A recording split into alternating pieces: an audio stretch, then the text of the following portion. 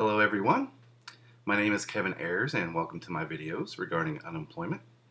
So far in this series we have discussed a higher level overview of my unemployment brainstorming. That was the first video. We've considered the basic stages of loss and the concept of ambiguous loss. We've talked about how meaning is derived from employment, and we've also talked about creating your story about unemployment.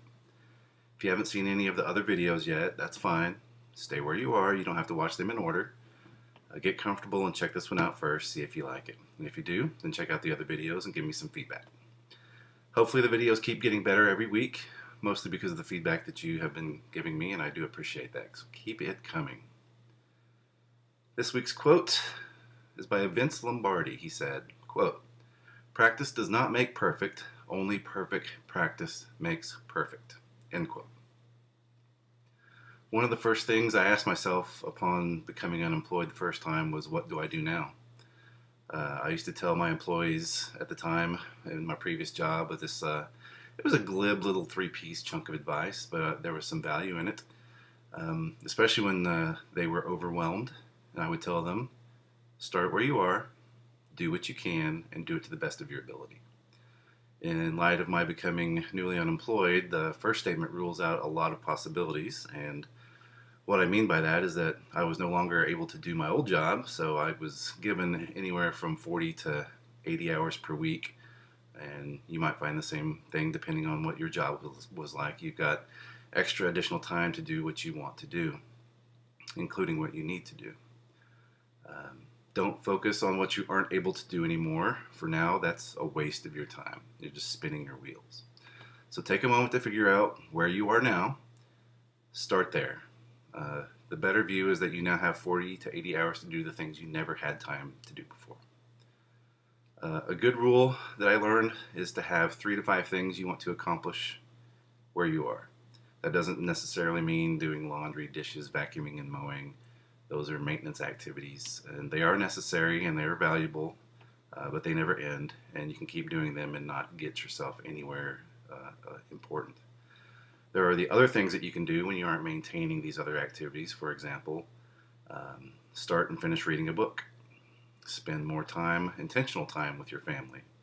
Learn a language. I say personalize your time frames. For example, every morning I do my language study. It's about 15 minutes every day. And throughout the day I will revisit that when I get a few minutes here and there. Every Monday I search for items to minimize. Things to get rid of, things to throw away, and just to reduce the overall clutter and the things that we're surrounded by. Seasonal times and holidays are a great time to get rid of stuff, especially if you didn't use them this year or last year. Why are you still hanging on to it? Every Thursday I try to make a video now and try to post it by Friday. And once per week I try to take the kids to the library, and so on and so on. The do what you can aspect of my advice rules out all the stuff that you can't do. I know that sounds like a tautology, but it is what it is.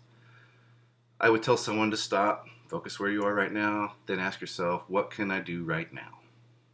There are things that you just cannot do due to your current limitations of time, skill, or ability, or maybe all three. Look at the possibilities. First, if you're unemployed recently, you can update your resume. I started learning about astronomy. I've always wanted to, and I hadn't taken the time. Can I write a chapter outline? Yeah. Can I record a video? Yeah. That's what I'm doing right now. Then do it. Start where you are and do what you can, and use that momentum to transfer that momentum to the next task. One of the podcasts I listen to has an oft-repeated phrase that is starting to grow on me. I see the truth of it as it works out in my own life. The phrase is something like this: we grossly overestimate what we can accomplish in a week's time. We grossly underestimate what we can accomplish in 3 to 5 years. So the point of that for me is that we can fall short of our weekly tasks, but we are still moving toward a future goal. If you recall, I said that I started learning a language with just 15 minutes a day, and I recall starting that process 2 years ago, and those beginning sessions were they were slow, clunky, methodical, terrible. And I think about the session I had this morning versus what it was like 2 years ago, and it's a world of difference. The last of the three suggestions is do what you are doing to the best of your ability. So phrases like be all in, don't do something halfway. There's some value in just getting something accomplished, but you should be doing it with value. I'm not saying that you should pursue perfection, but it should be an excellent output.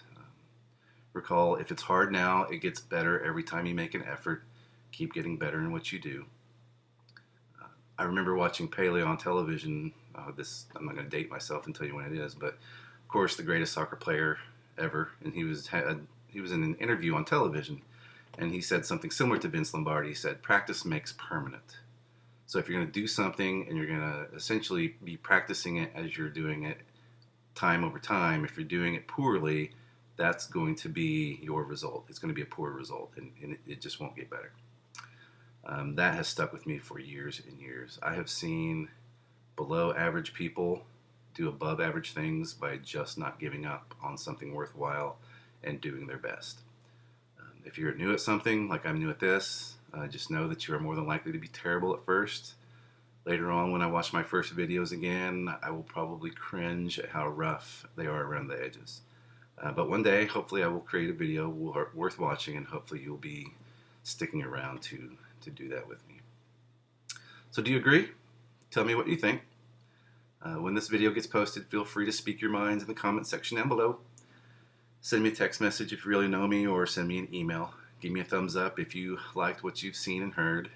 Subscribe and ring the bell so you will be notified of new videos when they get posted. Take care, everybody, and I hope to see you next time.